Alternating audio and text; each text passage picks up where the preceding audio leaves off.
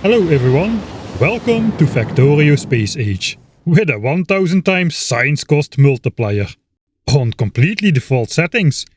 And oh yeah, we also need to get the Keeping Your Hands Clean achievement, which means we are forbidden from destroying any biter bases until we get our hands on the artillery technology, on Vulcanus. Yeah, we somehow need to survive long enough to tech our way off this planet. At 0.1% the normal tech speed and 100,000% the normal resource cost, without getting bitten in the behind by some big or behemoth biter. Without blowing up any of their bases, despite biter expansion being on, and the biters evolving at the normal 1x science cost pace. And as an added bonus, we are going for no base defense, meaning I cannot place any defensive turret anywhere in my base to deal with pollution-triggered biter attacks. Sounds impossible? Well, it just might be. I haven't fully developed a strategy just yet, and the new tricks I did come up with while working in theory, well, those plans obviously still need to survive first contact with the enemy. To get started, I cycled through maps until we got a preview of a green map with many forests and many resource patches. Here's the map sheet if you want to play along, but trust me, you don't. Not after you'll see what kind of a grind we have to go through during the opening of this map.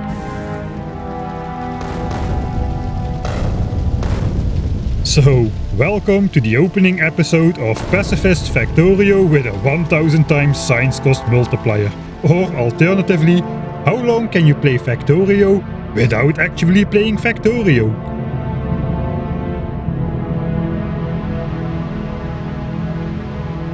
Well, 1000 times science cost or not, we start off the game like any other.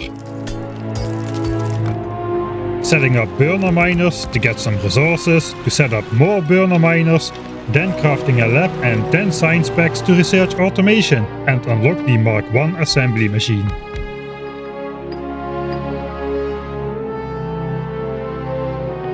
Wait, 10 science packs? Yeah, it used to be different in the olden days, but along the way the devs thankfully excluded the assembly machine technology from the science multiplier. If they hadn't, we would be handcrafting 10,000 red science packs for the first 15 hours of the game.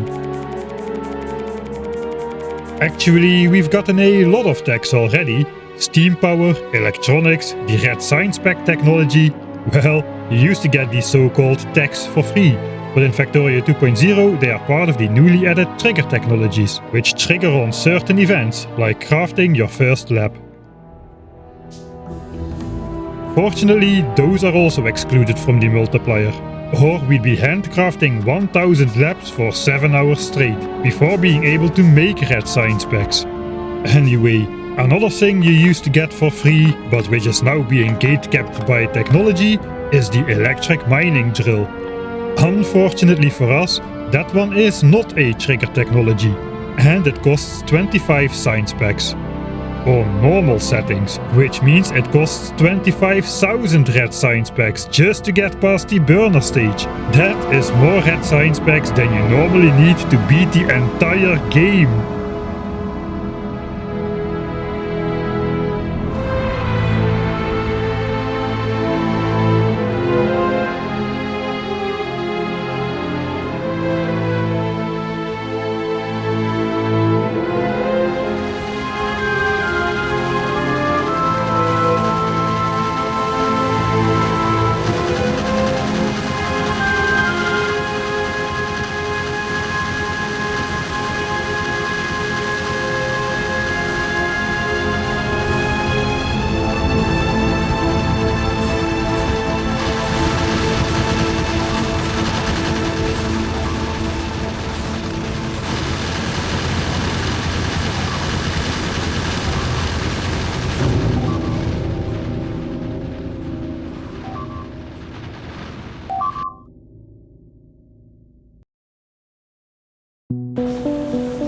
Electric mining is an extremely important technology to get, because burner miners are more than twice as polluting compared to electric miners. And pollution is going to be the main and eventually only driving factor behind increasing byte revolution. Unfortunately, I don't think we can even afford to go for electric mining first, as we have an acute byter problem on our doorstep.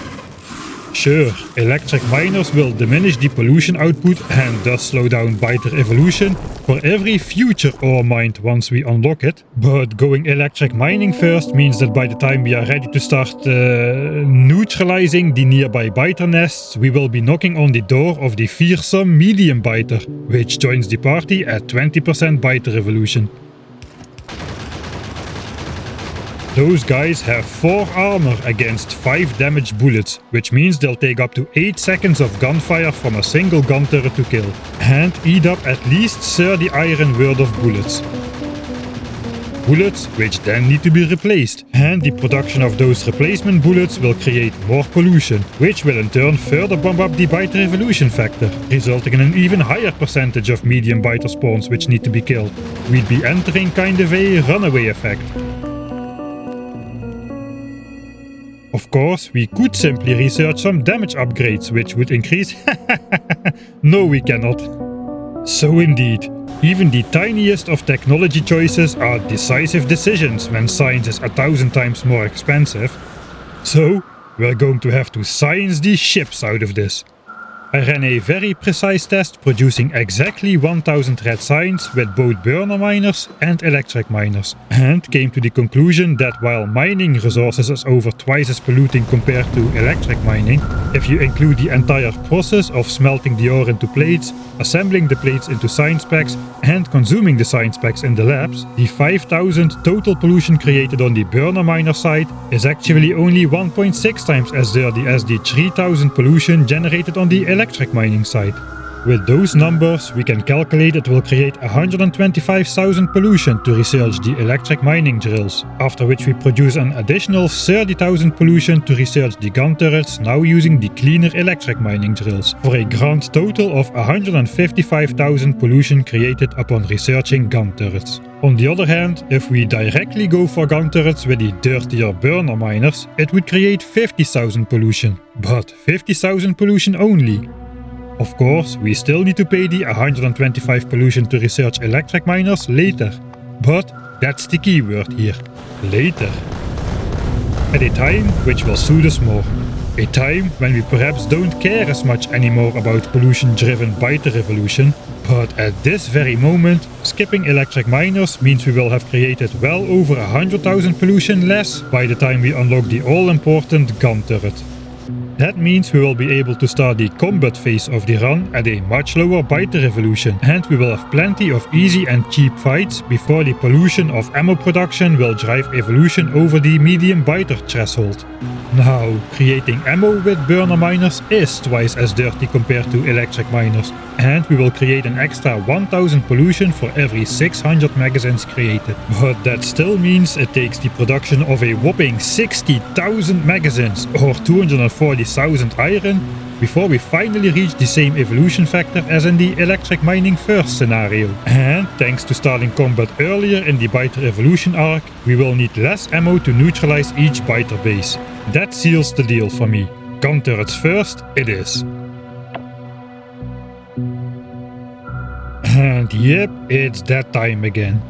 We have set up a classic Michael Hendricks hand feeding station, where we precisely produce 2 batches of 5000 red science packs each, first making 5000 gears from 10,000 iron twice in the hand feeding assembly area, followed by 5000 red science packs by combining 5000 copper with those gears twice in the other hand feeding assembly area, the one with the labs. Despite the 1000 times science cost multiplier, I'm still not planning to build a real and automated burner base here. In fact, except for iron, I want to limit overproducing coal and copper as much as possible. We simply don't need any extra coal and copper sitting in chests, as all those overproduced resources will have done absolutely nothing for us, except increasing the evolution factor further towards medium biters. And alas, after a mere 2 hours or so, we've gotten our hands on the first real technology of the game. the 10,000 science pack costing technology of gun turrets. We want to take control of the biter bases as cheap as we possibly can, which means no buffers, no mall, no resources laying around on belts, no base. We will come back home and resupply ourselves with iron directly from the furnaces, and mostly handcraft all of our ammo and pipes. Of course, we also need a couple stacks of gun turrets and... Wait a minute, pipes? What are pipes gonna do for you? Everything. Just wait and see. You are in for a treat. Pipes are going to be most useful with a staggering variety of applications beyond their intended use. When pipes are put into particular patterns, they can function as pandemic police.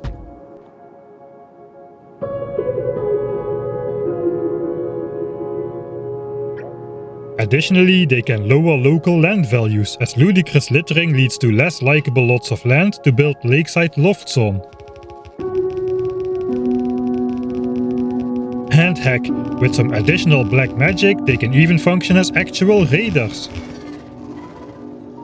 Pipes are by far the most powerful item in the game.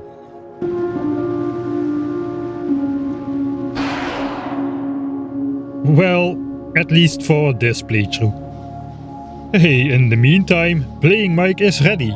We are ready to move out, taking our 400 gun turrets with fat stacks of ammo, some pipes, and not much else. It is time to settle in for the long walk. I really should have installed that steps counter mod, man. Soon we are knocking on the door of the first biter base. It consists of 2 biter bases protected by a measly 2 worms, and is naturally going to be one of the easiest battles in this playthrough. I guess technically I can avoid damage on the turrets if I let the biters attack me. Okay, they trigger on me, let's run around. Go in, go in, go in, go in. Place this. And I already did because I forgot to change the hotbar. Yeah, okay. This is not a good omen for the rest of the playthrough. I did not save. I did not save. Well, it's not that I expected to do this challenge as a hardcore character, but man, that's gotta be my most shameful death ever captured on camera.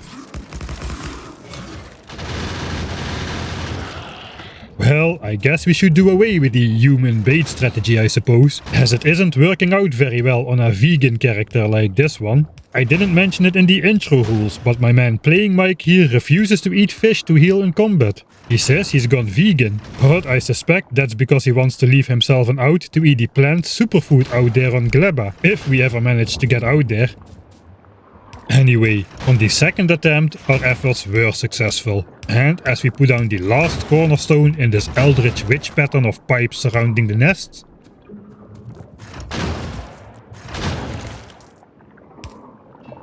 suddenly a force field activates. And no more biters seem to spawn from the nests. Great! Now we only need to repeat this process 12 gazillion more times.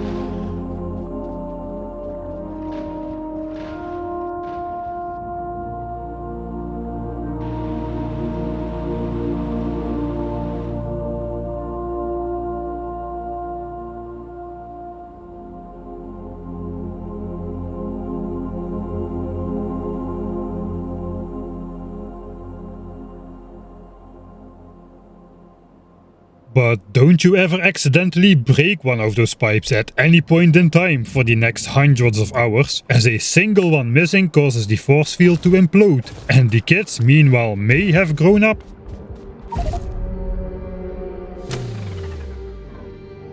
But why does this work? Well, there's a limit to how far a biter can spawn away from the nest.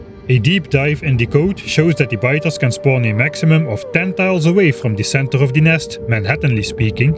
In every 3x3 tile area, it checks only one tile, which means we can fully block a nest with a maximum of 48 pipes. Usually less, as the nests partially block each other's spawn fields, and with a little bit of luck, the spawn locations of the different nests even overlap. Furthermore, in Factorio 2.0, the biter bases are now fully aligned to the tile grid, which means we can easily blueprint the pipe grid to mark the pipe placement locations on the map. We can then try to put our gun turrets down in such a way that they don't overlap with the pipe grid.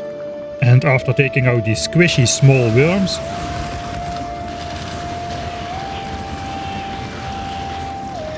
we can place down the pipe grid while the gun turrets defend us, without destroying the nests, thanks to the new target priority system in Factorio 2.0. In my 7 turret blueprint, I've got 2 turrets prioritizing biters, while 5 turrets prioritize the worms.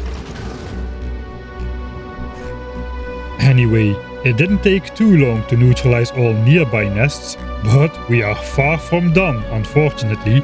It is time to explore out further, venturing deep into the territory of the magnificent medium worms. And don't let their name fool you. Medium worms are a totally different kind of beast. Ah, no! This worm still has not been hit a single time. I think I want to place this first. So I want the biters to run down here.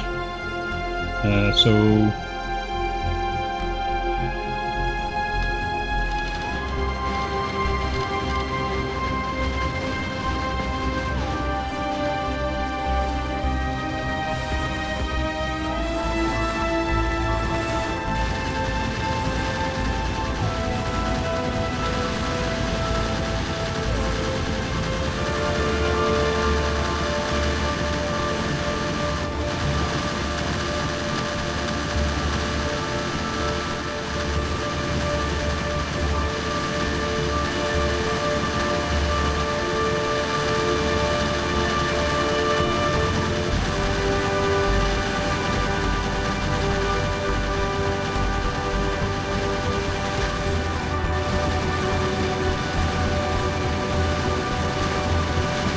cannot reach that.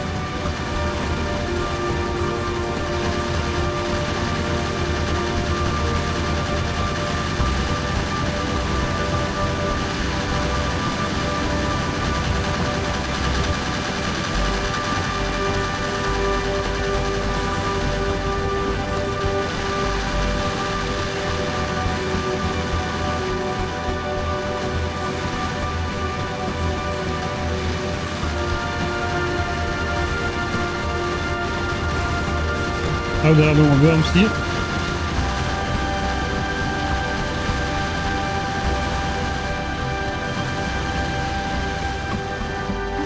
Stop shooting at me. But what makes medium worms so sturdy? Sure, they've got 500 hit points instead of 200, but that definitely cannot explain that dramatic difference. And it doesn't. Medium worms, my friends, they have 5 points of physical armor. Our bullets do 5 points of physical damage. If the armor is equal to the damage, we do 1/2 damage per bullet. That means the 500 hit point medium worm takes a minimum of a whopping 1000 bullets to kill. That's 100 full magazines, over 400 iron to kill a single medium worm. Yes. Achievement is still on. Holy moly. Oof, that took a lot of firepower to take down all of those medium worms simultaneously. Fortunately, after all the worms are gone, piping up this giant nest is super easy, barely an inconvenience, thanks to us still being in the small biter era at under 20% evolution.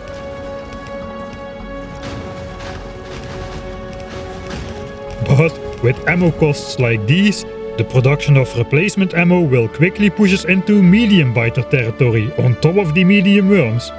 Medium biters take 30 iron to kill, whereas the squishy small biter takes a measly 1.6. You might have noticed a big jump in playtime and evolution factor before the last fight. That is because we're taking a different approach to the rest of the fights. After the nearby small worm nests were eliminated, we took a bunch of time off fighting to explore a pretty sizable area. Taking Sun Tzu's advice to heart, we first made a careful overview of where all the important resources are and which nests likely need to be neutralized in order to be able to access those resources without polluting nearby active biter bases. There is also a couple of nests I want to eliminate which don't really seem like logical choices. These are included in the hit list to improve my chances on surviving beyond big and even behemoth biters. More on that later. Anyway, instead of just blindly attacking the nests one after the other in a circular order, we made a priority list of battles to take. And perhaps to your surprise, we are taking on the hardest battles first, which is why we started with a giant battle to secure the 10 million coal patch. The idea here is to flatten out the combat difficulty curve a bit, taking on the hardest battles against the biggest nests while they still spawn only squishy small biters. That sounds much easier than having additional tanky medium biters spawn from a dozen nests or so, chewing through our gun turrets while they are occupied with taking out the medium worms. As replacement ammo is going to be the main driver behind enemy evolution pace for the foreseeable future, I'd rather be adding in the inevitable medium biters while fighting the smaller nests. And as the main ammo and thus pollution cost is still mostly determined by the amount of medium worms present, we are trying to prioritize bases with a high nest count and a low worm count, while leaving some of the smaller nests that have a lot of medium worm protection for last. Anyway, we are not just keeping the biter bases around because of the hands clean achievement. In fact, the whole idea of getting the hands clean achievement was born from a different reason. We prefer to outfit the biter bases with new sewage pipes and state-of-the-art air conditioning, making their homes smell nice and fresh. We're doing them a favor, really. Clean, climate-controlled little biter homes that make them want to stay inside rather than face the discomforts of being outside. All the better for us, because with our pipe-infused scent control, the biters won't be able to smell the pollution anymore, which nicely dociles them into no longer being interested in attacking this strange invader of their planet. Unfortunately, our pristine pipe patronizer is working a little too well. Biter bases normally absorb pollution from the base, but we are about to lose that benefit, as the biter bases can no longer spend the pollution points to spawn attackers. Once a nest absorbs a certain amount of pollution without being able to spawn an attacker, they just stop absorbing pollution completely. But how much pollution do they absorb before reaching that threshold? Well, it's not much. It depends a bit on spawner type and evolution factor, but it's very roughly the equivalent of what a single tree will absorb during the game. All that I'm saying is, I'm turning biter bases into trees. Wait, what was my point again? Right, we are not just keeping the biter bases around because of the hands clean achievement. That idea was born from one of the other two reasons we prefer not to destroy biter bases. You see, there's not two, but three factors in the game pushing biter evolution. The biggest one is pollution. The second one is time. 1 hour of time passage is roughly equivalent to the pollution produced by creating 1600 red and green science packs. But the third one, hey, at least we won't have to deal with that one thanks to the added achievement challenge.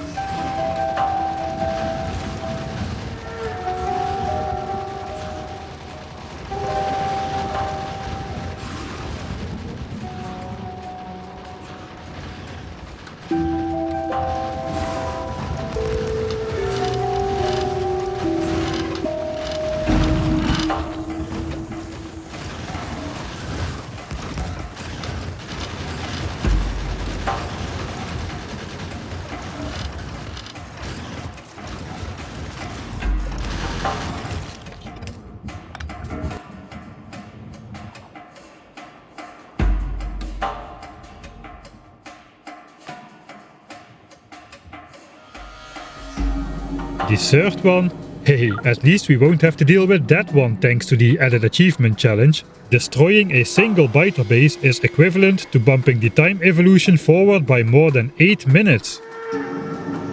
For fun, I decided to enter editor mode at some point and blow up all the nests I neutralized so far. We started neutralizing biter bases at a very comfortable 12% biter evolution, and after taking down all nearby nests, we've increased that to almost 19%, mostly by the passage of time, as the base is completely idle except for an ammo resupply trip or two.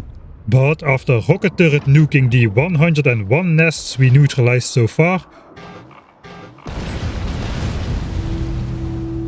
we can see that the evolution factor would have been over 30% already if we had taken down all the biter bases, which not only puts many medium biters on the map at a spawn rate of 34%, but even small spitters have started to outnumber small biters. Well, back to reality, and combat has been going on for quite a while. We researched gun turrets before the 2-hour mark, and by the time we are finally done with all the combat, we are over 17 hours in. 17 hours, and we haven't gotten anything yet. No base, no techs, except for the gun turret. Heck, we haven't even gotten access to the electric miners yet. Meanwhile, we pushed up the evolution factor to almost 35%, only 15% away from big biters. Pollution and time have contributed roughly a similar amount to biter evolution, which is good at this point. It shows that we polluted close to the absolute minimum possible, having no chests of resource buffers, no thousands of resources spent on a base, no thousands of resources sitting idly on belts, and so on. But now, cliff turrets, it is finally time for the final fight. As final as my finales. Let's see how it goes. I'm gonna start at the top, so let's place a turret here for the biters.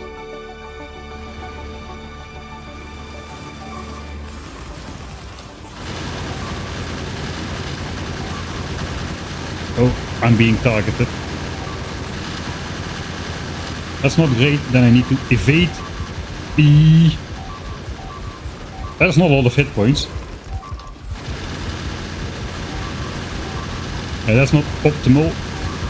That small bite, no small biter, don't do it. Don't do it.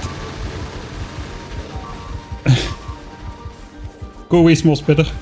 Okay, I have to replay this. I want to see if I can finish it though. Oh, a small biter killed me. My candy was killed. The ultimate death of shame. Killed by a small biter. We were definitely not making good progress here though. This nest might actually be pretty hard. I'm underestimating this. It's not just the worms now. There's a 40% chance to spawn medium biters. There's only 2 biter bases, but it's still quite a lot.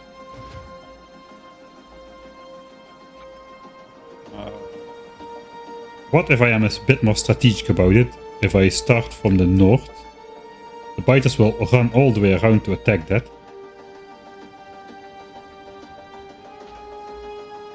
Let's try that.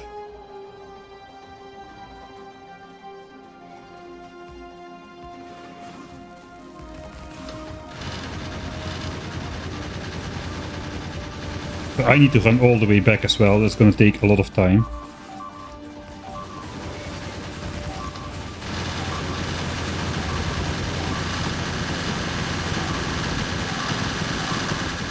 Not so bad. This might be the one.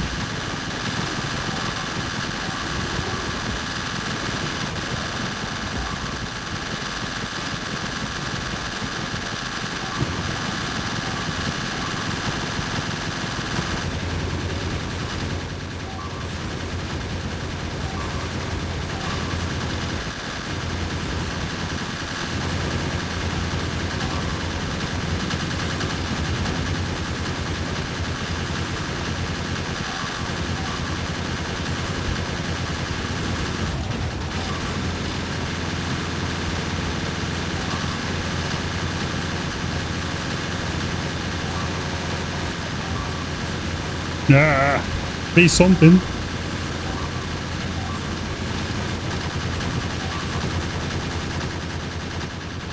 We're almost there.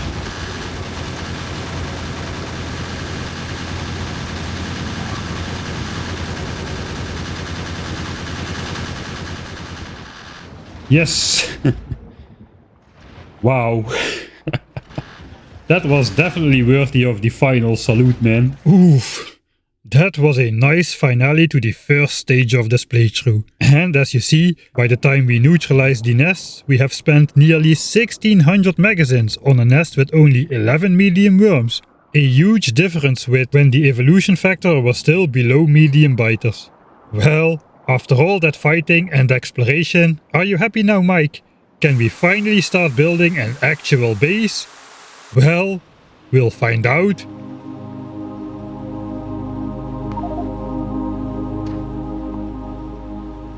next time.